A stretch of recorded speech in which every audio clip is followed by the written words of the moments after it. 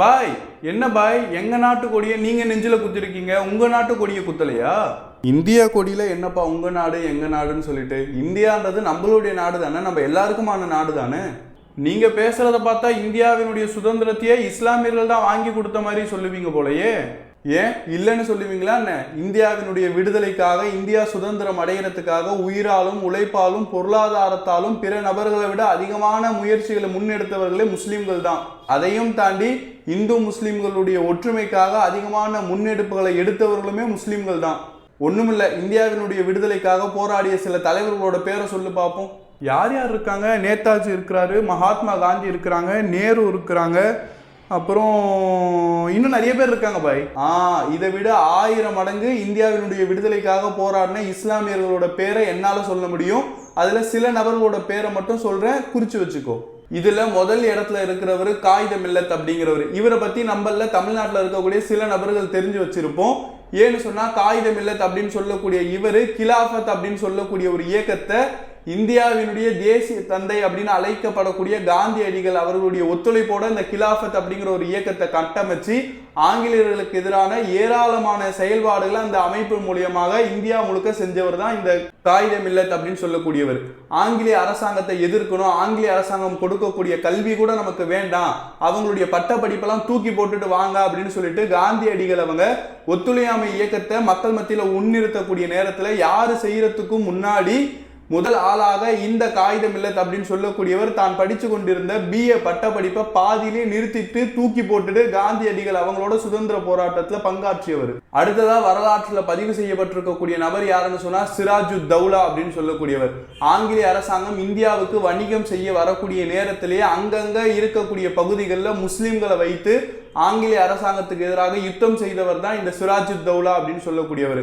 அதிலும் குறிப்பாக இந்தியாவுக்குள்ள ஆங்கிலேய அரசாங்கம் வந்தது வியாபாரம் செய்யறதுக்காக மட்டுமில்ல, வணிகம் செய்யறதுக்காக மட்டுமில்ல, அவங்க இந்த ஒட்டுமொத்த இந்திய தேசத்தையும் அடிமைப்படுத்த நினைக்கிறாங்க அப்படிங்கிறத புரிஞ்சுக்கிட்டு வங்காள தேசத்துல ஆங்கிலேயர்களுக்கு எதிராக ஒரு மிகப்பெரிய சிம்ம சொப்பனமாக திகழ்ந்தவர் தான் சிராஜுத் தௌலா அப்படின்னு சொல்லக்கூடிய ஒரு இஸ்லாமிய சுதந்திர போராட்ட வீரர் ஃபக்கீர் முகமது ராவுத்தர் அப்படின்னு சொல்லக்கூடியவர். அடுத்ததா வரலாற்றுல பதிவு செய்யப்பட்டிருக்கக்கூடிய நபர் நம்மளுடைய மதுரை மாவட்டத்தை சார்ந்தவர். யாரு?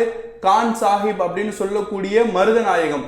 இவர் எந்த அளவுக்குன்னு சொன்னா ஆங்கிலேய அரசாங்கம் இந்தியாவுக்கு சுதந்திரம் கொடுத்து இத்தனை வருஷத்துக்கு பிறகும் கூட இப்ப போயிட்டு ஆங்கிலேய அரசாங்கம் கிட்ட நீங்க இந்தியாவை ஆட்சி செய்து கொண்டு இருக்கக்கூடிய நேரத்துல உங்களுக்கு மிகப்பெரிய குடைச்சலை கொடுத்தது யாரு? இந்தியாவை நீங்க ஆளக்கூடிய நேரத்துல உங்களுக்கு மிகப்பெரிய தலைவலியா இருந்த ஒரு நபர் யாரு அப்படின்னு சொன்னா இப்போ ஆங்கிலேய அரசாங்கம் கொடுக்கக்கூடிய பேர் தான் யூசுப் கான், கான் சாஹிப் அப்படின்னு சொல்லக்கூடிய மருதநாயகம் அப்படிங்கிறவர். ஏன்னா ஆங்கிலேய அரசாங்கத்துக்கு எதிராக ஏராளமான வழிமுறைகள்ல ஆங்கிலேயர்களுக்கு எதிராக யுத்தம் செஞ்சவர். எந்த அளவுக்குன்னு சொன்னா இவர் தொழுதுகிட்டு இருக்கக்கூடிய நேரத்துல இவருடைய சில நபர்களாலேயே காட்டி கொடுக்கப்பட்டு ஆங்கிலேய அரசாங்கம் அவரை கைது செய்து தூக்குல போடுது. தூக்குல தொங்கப்பட்டு கொலை செய்யப்பட்டு மரணித்ததற்கு பிறகும் கூட ஆங்கிலேய அதிகாரிகள் இவர் திருப்பி வந்துடுறதுக்கான வாய்ப்பு இருக்கு, இறந்து போனவர் ஆனா திருப்பி வரத்துக்கான வாய்ப்பு இருக்கு அப்படின்னு சொல்லிட்டு இவருடைய உடலை பல பாகங்களாக பிரிச்சு தமிழ்நாட்டுல பல்வேறு இடங்கள்ல தனித்தனியா அடக்கம் பண்ணியிருக்காங்க. இன்னைக்கும் மதுரை மாவட்டத்துல எடுத்துக்கிட்டீங்கன்னு சொன்னா பல்வேறு இடங்களை எடுத்துக்கிட்டீங்கன்னு சொன்னா இவருடைய உடல் உறுப்புகள் எல்லாமே தனித்தனியா அடக்கம் செய்யப்பட்ட வரலாறு இருக்கு. வேணுன்றவங்க வரலாற்றுல போய் கான் சாஹிப் அப்படின்னு சொல்லக்கூடிய மருதநாயகம்னு தேடி பாருங்க, உங்களுக்கே தெரியும். அடுத்ததாக வரலாற்றுல பதிவு செய்யப்பட்டிருக்கக்கூடிய நபர் தான் ஹைதர் அலி அப்படின்னு சொல்லக்கூடியவர்.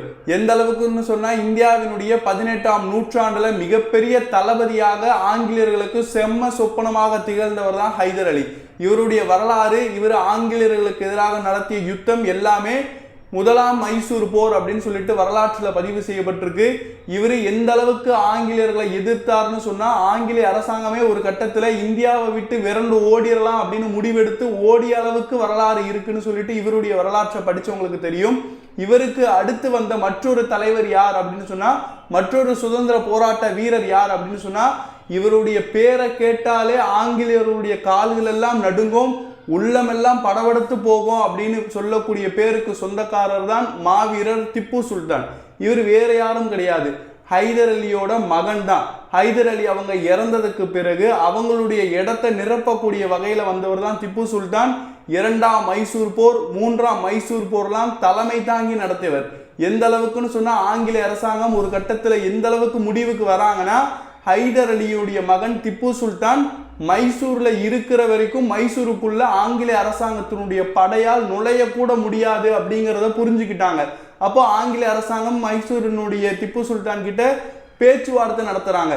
நீங்க எங்களுக்கு அடங்கிடுங்க, நீங்கள் எங்களுக்கு கட்டுப்பட்டுருங்க, நாங்க உங்களுக்கு தேவையான எல்லா வசதிகளையும் எல்லா சகல வசதிகளையும் உங்களுக்கு நாங்க செஞ்சு தரோம் அப்படின்னு சொல்லக்கூடிய நேரத்துல கூட திப்பு சுல்தான் அவங்க உங்களுக்கு அடங்கி ஆடுகளை போல வாழ்வதை விட உங்களை எதிர்த்து போர்க்களத்தில் புலியாக சாவது மேல் அப்படின்னு சொல்றாரு.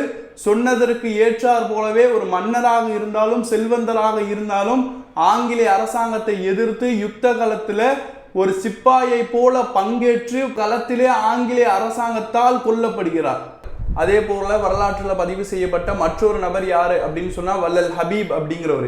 இவர் வேற யாரும் இல்லை, சில நேரத்துக்கு முன்னாடி நீ சொன்னல இவரெல்லாம் சுதந்திர போராட்ட வீரர்கள்னு சொல்லிட்டு அதுல நேதாஜியை பத்தி சொன்னல, அந்த நேதாஜிக்கு தெற்காசியாவில் இருக்கக்கூடிய பல்வேறு முஸ்லீம்கள் நேதாஜி இராணுவ படையை அமைக்கிறதுக்காகவும் இராணுவத்துக்காக தேவையான தடவாளங்களை வாங்குறதுக்காகவும் பொருளாதாரம் திரட்டக்கூடிய நேரத்தில் தெற்காசியாவில் வாழ்ந்த பல்வேறு முஸ்லிம்கள் நேதாஜிக்கு நன்கொடை கொடுத்தாங்க. அப்படி நேதாஜி அவங்க மியான்மாருக்கு செல்லக்கூடிய நேரத்தில் மியான்மார்ல தான் வள்ளல் ஹபீப் அப்படின்னு சொல்லக்கூடிய இவரை சந்திக்கிறாரு. இந்த ஹபீப் அப்படிங்கிறவரு தன்னுடைய சொத்துக்கள் எல்லாவற்றையுமே, அதாவது கோடிக்கணக்கில் மதிப்பிடக்கூடிய வகையில் இருக்கக்கூடிய எல்லா சொத்துக்களையுமே எடுத்து நேதாஜியுடைய இராணுவத்துக்காக நேதாஜிக்காக கொடுத்துடுறாரு.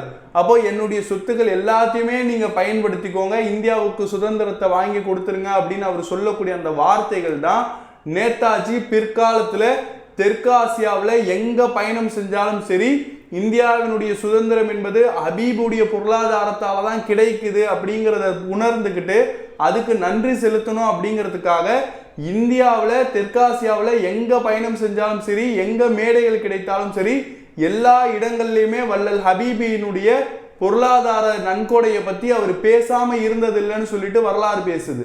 இதையும் தாண்டி இந்தியாவினுடைய முதல் சுதந்திர போர் 1857 நடந்ததுன்னு சொல்றோம்ல, முதல் சிப்பாய் கழக போர். இந்த சிப்பாய் கழக போரை தலைமை தாங்கி நடத்தியவர் ஒரு முஸ்லிம். இந்த சிப்பாய் கழக போர்ல அதிகமாக கலந்து கொண்டவர்கள் முஸ்லிம்கள். இந்த சிப்பாய் கழக போர்ல ஆங்கிலேயர்களால அதிகமாக துப்பாக்கி குண்டுகளால கொலை செய்யப்பட்டவர்கள், உயிர் தியாகம் செய்தவர்கள் முஸ்லிம்கள்னு சொல்லிட்டு வரலாறு சொல்லுது.